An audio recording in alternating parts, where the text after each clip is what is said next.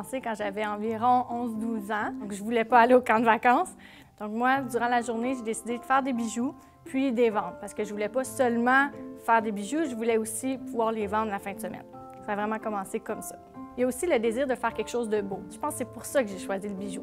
Parce que c'est un type d'art qu'on peut porter, qu'on peut utiliser. Signature Claudine Moncion, je dirais que c'est, premièrement, l'argent sterling et le cuivre. Donc, j'ai vraiment pris la décision que dans tous mes bijoux, il y aurait une combinaison de 2 tons. Donc, c'est un peu une façon de mettre en lumière une couleur qui est le orangé rosé du cuivre avec un ton plus doux qui est l'argent sterling, donc gris-blanc.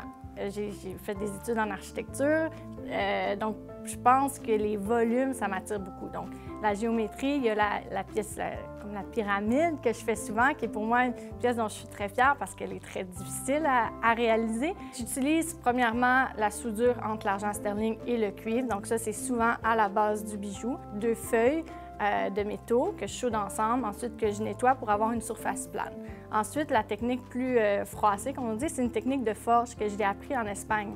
Donc, c'est une technique qui est peu utilisée au Québec, mais en Espagne, c'est très, très populaire. Donc, j'ai décidé d'aller vraiment faire un stage là-bas pour apprendre à froisser justement le métal comme ça. Donc, c'est avec un marteau qu'on frappe sur le métal, puis que ça déforme le métal avec le marteau.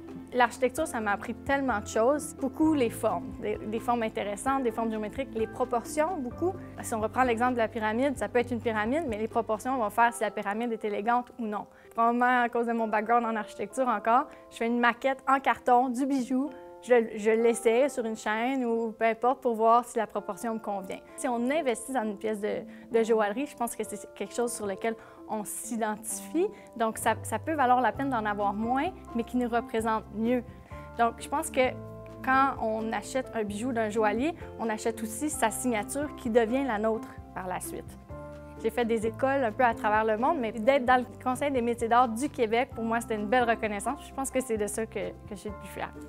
Ceci est plus qu'un pendentif, c'est une vie de passion. C'est plusieurs années d'études en architecture et c'est plusieurs kilomètres parcourus pour aller étudier à l'extérieur du pays.